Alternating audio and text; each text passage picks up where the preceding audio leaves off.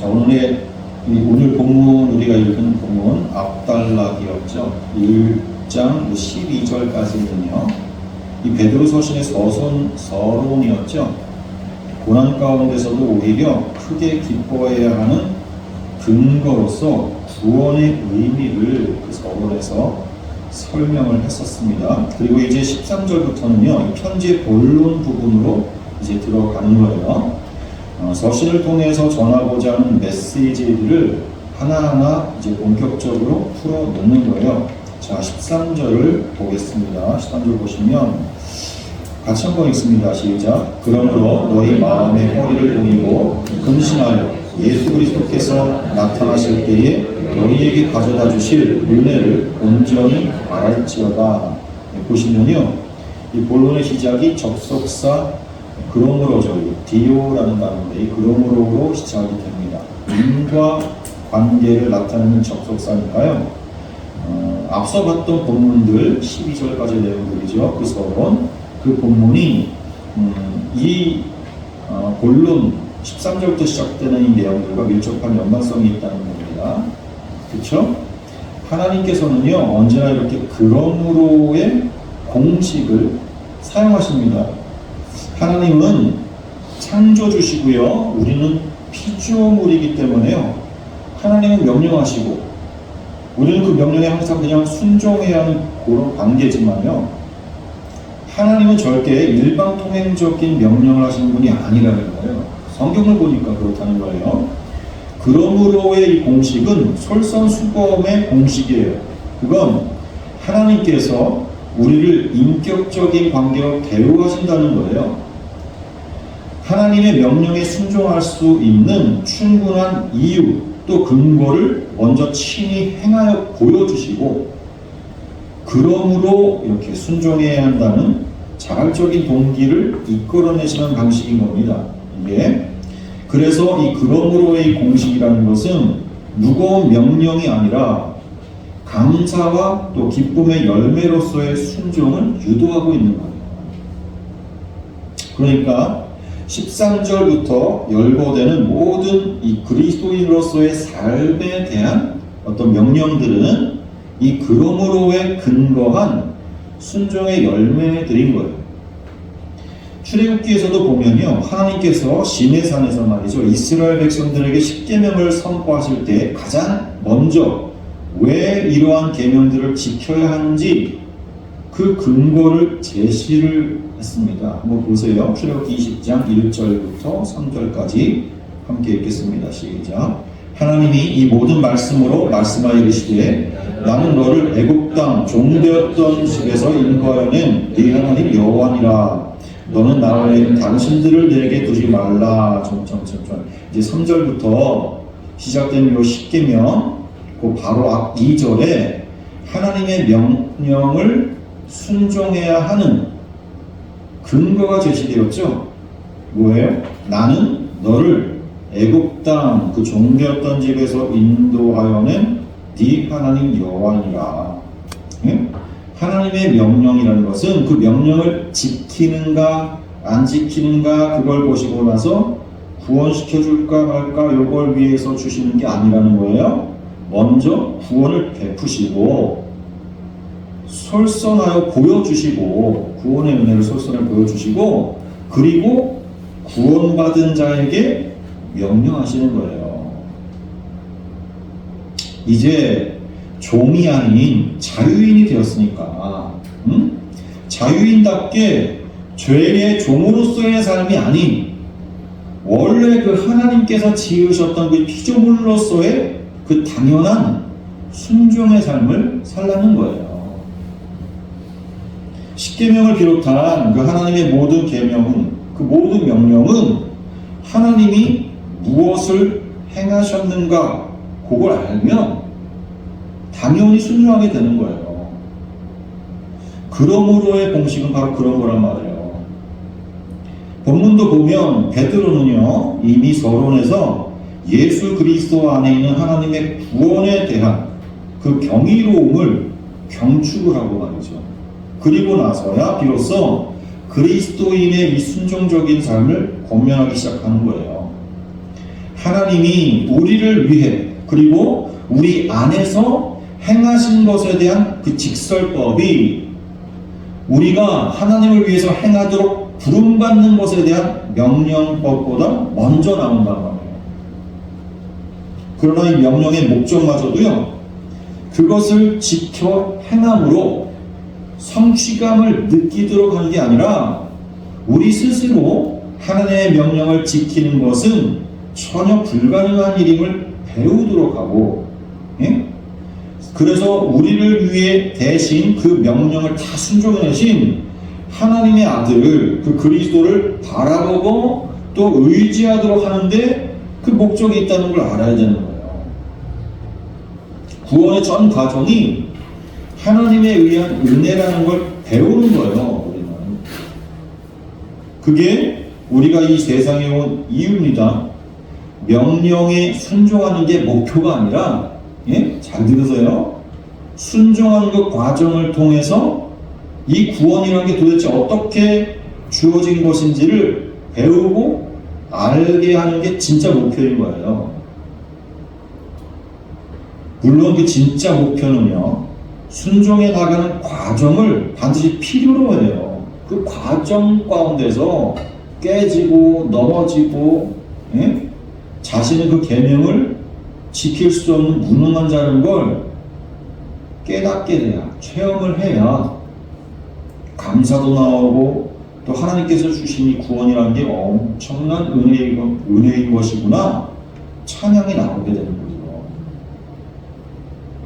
그래서 무율법주의로 가면 안 되는 거예요. 구원받은 감사가 있는 자가 어떻게 무율법주의로 갑니까?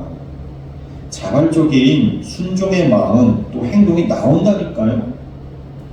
율법 지킴의 삶이 나와요. 하나님의 행하심을 알고 그 구원에 감사하게 되면 자발적인 순종의 마음 그리고 행동이 나옵니다. 율법 지킴의 삶. 자, 하나님과 이웃 사랑의 율법 지킴이 나오는 거예요. 그건 구원받은 사실을 아는 사람에게서 자연스럽게 나오는 거예요. 그런데 마음과는 달리 못 지키는 그 자신의 그 무능력감을 경험을 해가면서 이런 나인데도 구원해 주신 하나님을 찬양하는 거예요. 그런데 베드로는 본문을 이렇게 전개시키는 이 시작 절에다가 너희 마음의 허리를 동이고 근신하여 그러죠. 예? 이 표현을 보면요, 출애굽의 장면이 연상됩니다. 출애굽의 장면. 출애굽기 한번 12장 11절 보겠습니다. 같이 읽습니다. 시작. 너희는 그것을 이렇게 먹을지니 허리에 띠를 띠고 발에 신을 신고 손에 지팡이를 잡고 급히 먹으라. 이것이 여호와의 유월절이니라. 출애굽은요, 이스라엘 백성들이 구원받은 사건을 요약해주는 역사적인 현실이었습니다. 그건 사실 우리들의 구원을 미리 보기로 보여준 거예요. 아니, 정확하게는요, 예수 그리스도의 구원의 현실을 미리 보기 한 거고요. 출애굽이. 예? 그리고 우리는 예수 그리스도의 구원의 그 현실에 동참하는 것이라고 표현해야지 딱 맞는 거예요. 엄밀한 의미에서 하나님이 구원하시는 건요, 하나님의 아들 그리스도를 구원하는 거예요. 예? 교회는 그 그리스도와 연합을 해가지고 그 그리스도를 머리로 한 지체가 되어서 구원받는 거예요. 하나님은 그리스도, 그 아들, 그를 구원하시는 거예요. 거기에 자신들의 주체성을 부인당해가지고 목배임당한 목 없는 성도들이 하나님의 아들의 그 머리에 붙어져서, 즉 그 예수 그리스도의 지배를 받는 자가 되어서 예수 안에서 함께 구원받게 되는 거란 말이에요. 그러니까 하나님은 예수만 보는 거예요. 그냥 예수만. 그러니까 성경은 뭐예요? 우리가 주인공으로 기록되어 있지 않아요. 오직 예수가 주인공으로 기록된 거예요. 예수를 주인공으로 놓고 보지 않으면 그래서 진리로 깨뜨려 볼 수가 없어요. 나를 주인공으로 놓고 보니까 나를 위한 구원, 또 나를 위한 하나님의 은혜, 자꾸 그렇게 보니까 자꾸 내가 해야 할 일, 또 하나님 앞에서의 나의 역할, 그런 것에 목매다가 다시 율법주의로 가게 되는 거예요.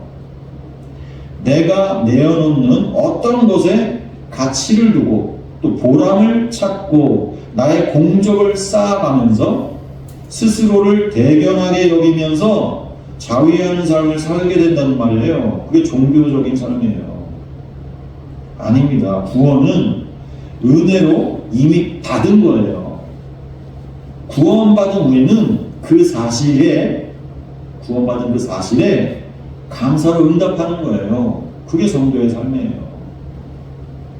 그래서 출애굽의 구원과 마찬가지로 구원받은 이들은요, 이 세상에 안주하는 삶이 아니라 그가 살던 땅을 떠나 이동하는 그 나그네의 삶을 살게 되는 거예요. 그게 본문 17절에서 지금 말씀하고 있는 나그네로 있을 때라는 거예요. 이 세상 삶이 나그네로 있을 때 그게 우리 구원받은 성도들의 이 세상 속 정체성이에요. 나그네로 있게 되는 거예요. 나그네는 푹 퍼져서 머물러 살면 안 돼요. 늘 이동하기 위해서 떠날 채비가 되어 있어야 된단 말이에요. 그러니까 오늘 13절에서 동이고라고 번역된 이 아나조사메노이, 요거는 여행 등의 그 출발을 위해서 의복을 허리띠로 딱 조이고 단단히 태세를 취한다는 그런 의미를 가진 단어인 거예요. 아나존님이라는 동사, 바로 그런 뜻을 갖고 있는, 거기에서 명령형 분사로 지금 써있는 게 아나조사메노이거든요. 상시, 분사니까, 명령형 분사니까 상시 계속적으로 동이고 있어야 된다는 거예요. 허리띠 막 풀어놓고 쉬려고 막 그렇게 있는 상태가 아니라 항상 동이고 떠날 채비를 하고 있는 거예요. 출애굽기에서는 허리에 띠를 띠라 그렇게 했고, 여기 베드로서에서는 마음의 허리를 동이라고 했는데 뜻은 같은 거예요. 머물러 있을 곳이 아니니까 이동할 준비, 또 떠날 준비하라는 거예요. 믿음의 조상 아브라함도요, 살고 있던 곳에서 떠나라는 것이 첫 명령이었죠. 우리는 구원받았으면 반드시 이동해야 한다는 거예요. 이전의 삶하고 똑같이 머물러 있으면 안 돼요. 이동해야 돼요. 하나님이 지시하시는 곳이 따로 있다니까요. 옛 이스라엘이 노예로 살던 땅 그 이집트를 나와가지고 약속의 땅 가나안으로 들어갔듯이 이제 부르심받은 우리 교회도 출애굽을 한다니까요. 그게 구원이에요. 다만 이제는 이 세상의 어떤 한 장소에서 또 다른 장소로 이렇게 이동하는 그게 아니라 이 세상을 지나서 하늘에 있는 썩지 않고 더럽지 않고 쇠하지 않는 나라로 이동해 들어가는 거예요. 그러니까 구원에 대해서 가장 역행하는 개념은 그런 거죠. 이 세상을 벗어나지 못하는 교회, 그런 신앙생활, 세상을 벗어나지 못하는. 또 구원이란 뭐예요? 세상 복을 받지 못한 상태에서 세상 복을 받는 상태로 이동하는 거, 그거 아니란 말이에요. 또 개척교회에서 대교회로 이동하는 것도 아니에요. 성도에서 뭐 집사나 장로나 목사 이런 직분 이동을, 그런 것도 아니라니까요. 그런 이동을 말하는 게 아니에요.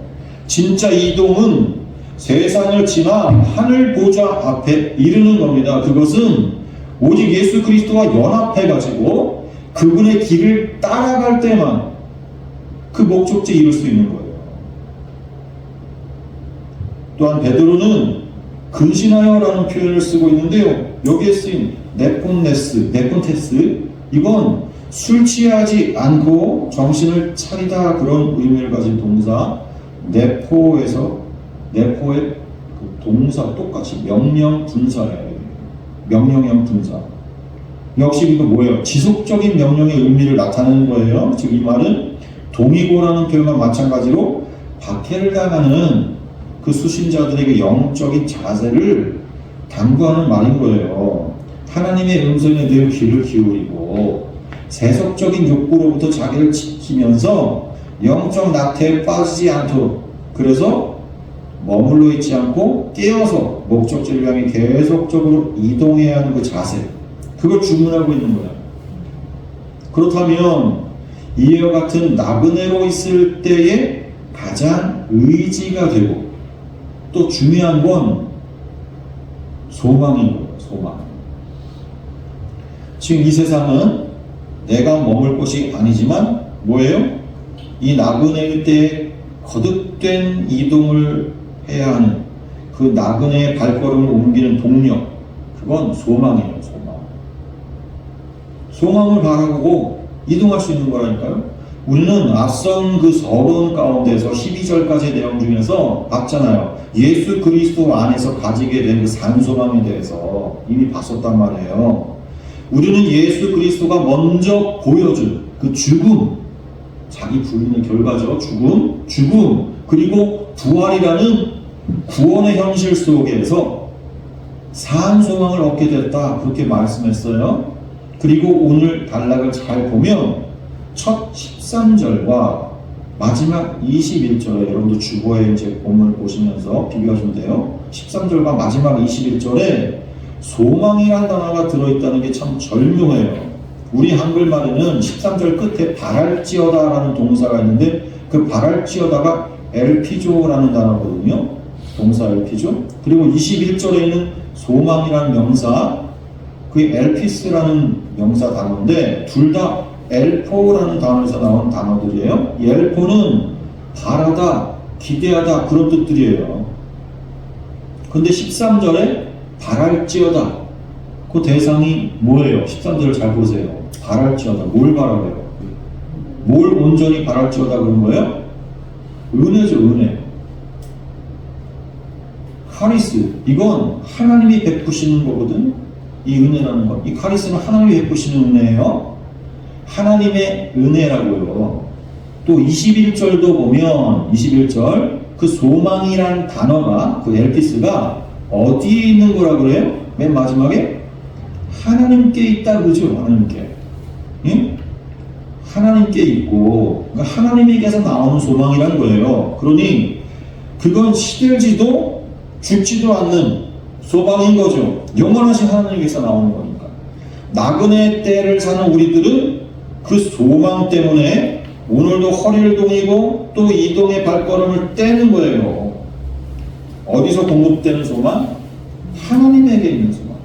하나님께서 베푸시는 소망. 세상 사람들은 이 세상 살 때 더 견고하고 튼튼한 담장을 세워가지고 이 땅 위에 머물기를 힘쓰죠. 열심을 내면서 산단 말이에요. 이 세상에서. 그렇게 더 좋은 자리, 더 좋은 위치, 더 좋은 집. 그러나 죽으면요, 그 쌓아놓은 것들 다 어떻게 돼요? 다 놓고 가요. 가져갈 수 없어요. 그러니까 헛고생하는 거예요. 그게. 그런 삶을 따라하고 모방을 하면 안 된다는 거예요. 성도는. 우린 나그네잖아요. 나그네는요, 잠깐 폈다가 접는 텐트마저도 짐인 거예요. 차라리 그마저도 빈손으로 이동을 그냥 하다가 묵을 곳에 그냥 몸을 맡기고 또다시 이동하고 또 묵고 이동하고, 그게 최선인 거예요. 그냥 짐으로 아무것도 안 가져 있을수록 오히려 좋은 거예요. 나그네는. 그래서 성경은 우리에게 필요한 것만 명령하세요. 필요한 것만. 우리 나그네 때에 살아가는 성도들에게 필요한 것 뭐라고 말씀하는지 보세요. 14절부터 19절까지. 이건 함께 통으로 읽어야 되기 때문에 14절부터 19절까지 함께 읽겠습니다. 같이 한 절 한 절 교독하겠습니다. 제가 먼저 4절 보겠습니다.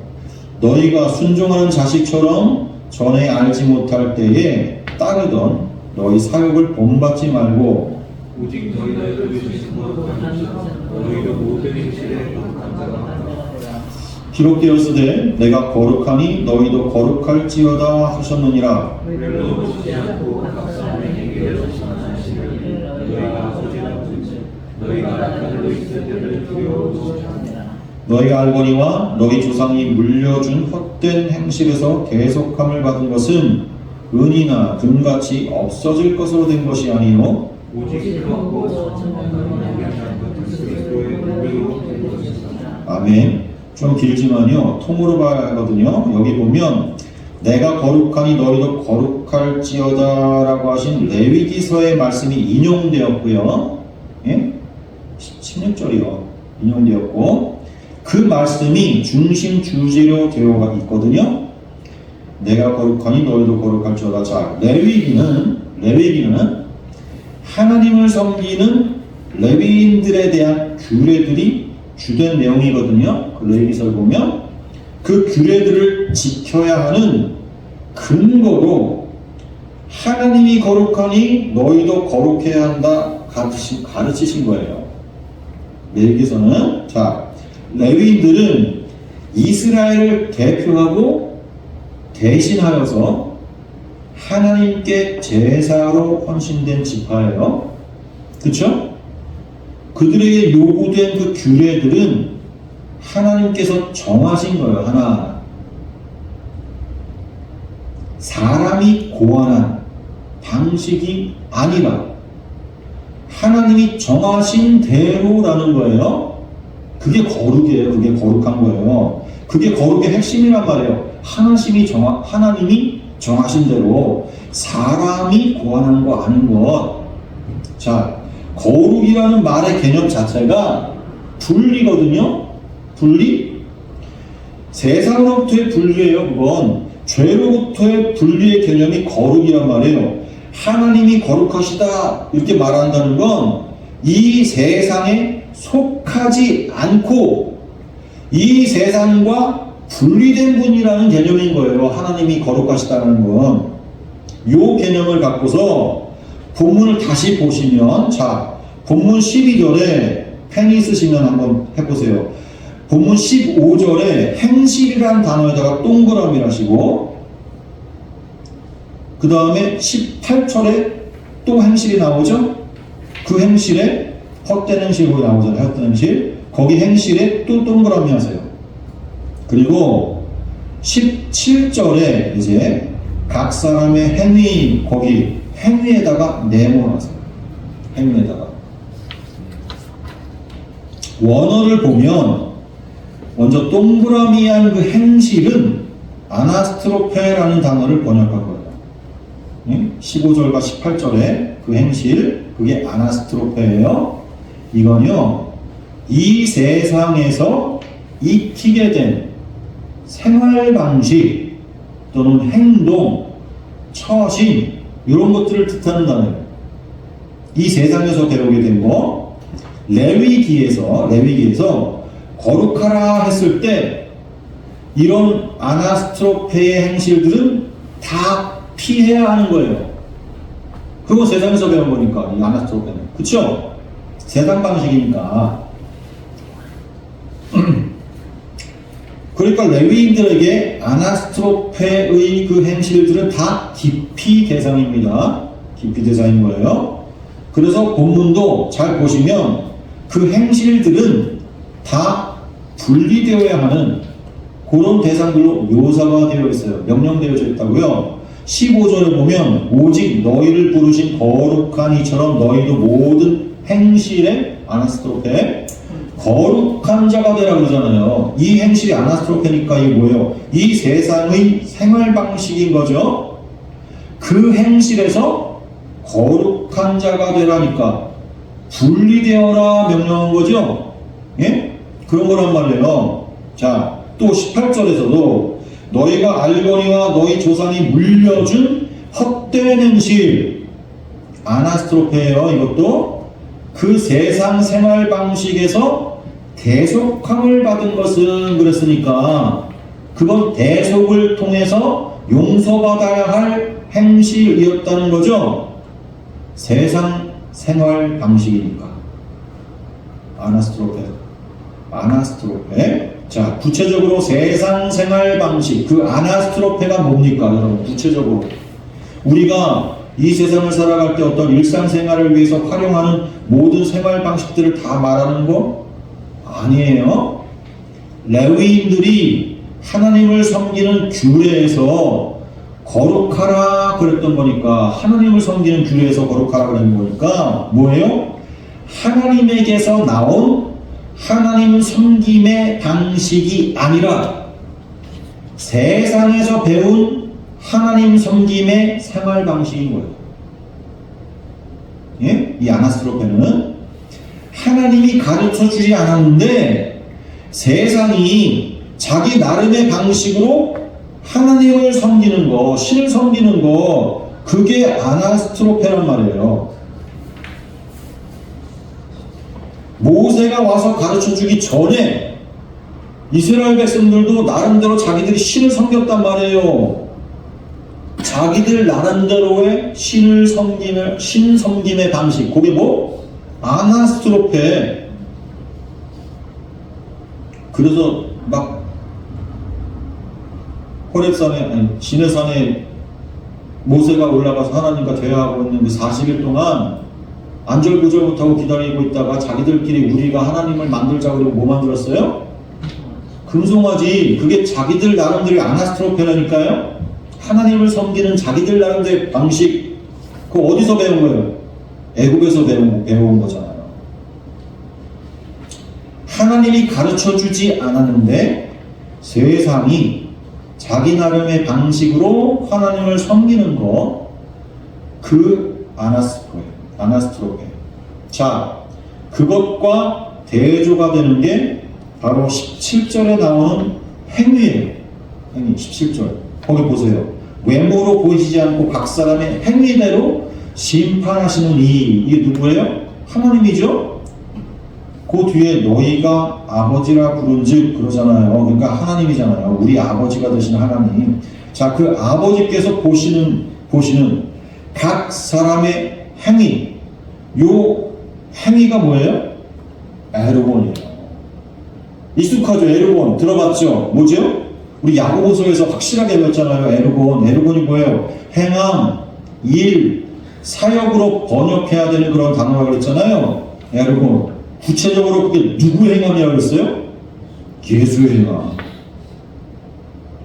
예수의 그 공생애를 통해서 보여주신 하나님 사랑과 이웃 사랑의 그 행함, 십자가의 죽으심으로 나타내신 그 사랑의 사역, 일하심, 예? 자기 부인의 결정체. 하나님은 각 사람의 행위가 인날을 보신 다음에 심판하신다 그랬는데 그 행위가 뭐라고요? 에르본을 보신단 말이에요. 예수 그리스도의 은혜 속에서, 능력 가운데서 나오게 되는 자기 부인의 그 사역, 자기 부인의 행함. 자, 그럼 정리되십니까? 자, 14절부터 19절이 좀 긴 문장이지만, 함께 볼 때는 긴 문장이지만, 정리하면 아나스트로페의 그 세상에서 배운 하나님 섬김의 방식에서 우리는 거룩한 자가 되어야 되고 분리된 자가 되어야 된다는 거고, 그쵸? 세상에서 배운 그 하나님 섬김의 방식이 뭐예요? 내가 하나님 앞에 뭘 열심히 지켜내서 인정받으려는 방식이죠.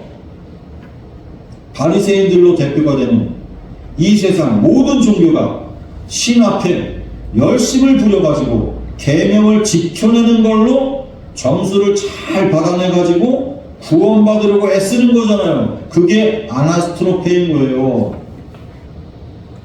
거기에서 분리된 자, 거룩한 자가 되어야 된다는 거예요.